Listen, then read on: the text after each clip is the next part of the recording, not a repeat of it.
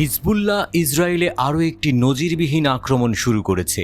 উত্তর ইসরায়েলের অধিকৃত ফিলিস্তিনের শামির বসতিকে লক্ষ্য করে তাদের সামরিক অভিযান সম্প্রসারণের ঘোষণা দিয়েছে বাহিনীটি। এই অবস্থানে এটাই হিজবুল্লাহর এই ধরনের প্রথম হামলা।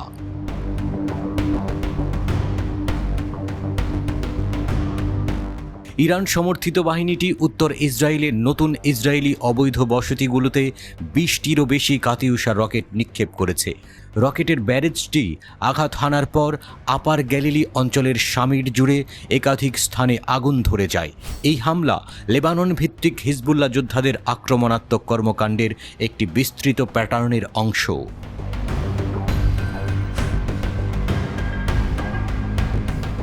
হিজবুল্লাহ বলেছে যে এই আক্রমণটি দক্ষিণ লেবাননের গ্রাম এবং বেসামরিক বাড়িগুলিতে ইসরায়েলি হামলার সরাসরি প্রতিক্রিয়া।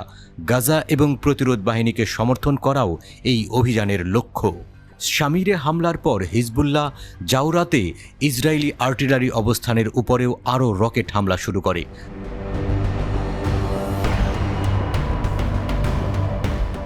দুটি আলাদা অভিযানে হিজবুল্লাহ কাফার চৌবা পাহাড়ে ইসরায়েল অধিকৃত লেবানিস সাইট মার্জ এবং রুইসাত আল আলমে হামলা চালায়। উভয় অপারেশনে সরাসরি লক্ষ্যবস্তুতে আঘাতের দাবি করে বাহিনীটি।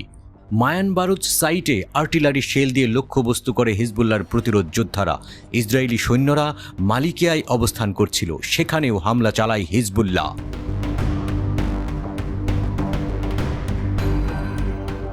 অধিকৃত ফিলিস্তিনের সীমান্তের কাছে খিরবেত মার ইসরায়েলি সামরিক সাইটে এক ঝাঁক কামিকাজে ড্রোন ব্যবহার করে বিমান হামলা চালায় লেবাননের ইসলামিক প্রতিরোধ। ড্রোনগুলো নিখুঁতভাবে ইসরায়েলি অফিসার ও সৈন্যদের দখলে থাকা অবস্থানে আঘাত করে।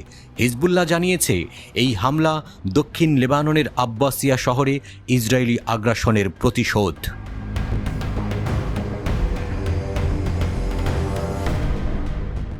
ইসরায়েলি মিডিয়া আউটলেটগুলো ড্রোন হামলার পরে কিরিয়াত শামোনা বসতিতে আগুন ছড়িয়ে পড়ার একটি ভিডিও প্রচার করেছে। এই হামলার ফলে একটি বাস স্টেশনের কাছে আগুন লাগে। এদিকে ইসরায়েলি বাহিনী লেবাননে তাদের হামলা অব্যাহত রেখেছে। আইডিএফ কাফারকিলা, নাকুরা, খিয়ামের মতো শহর এবং আইতা আল শাবের কাছের এলাকাগুলোকে টার্গেট করছে। ইয়ারুন শহরেও ইসরায়েলি ড্রোন আঘাত হেনেছে।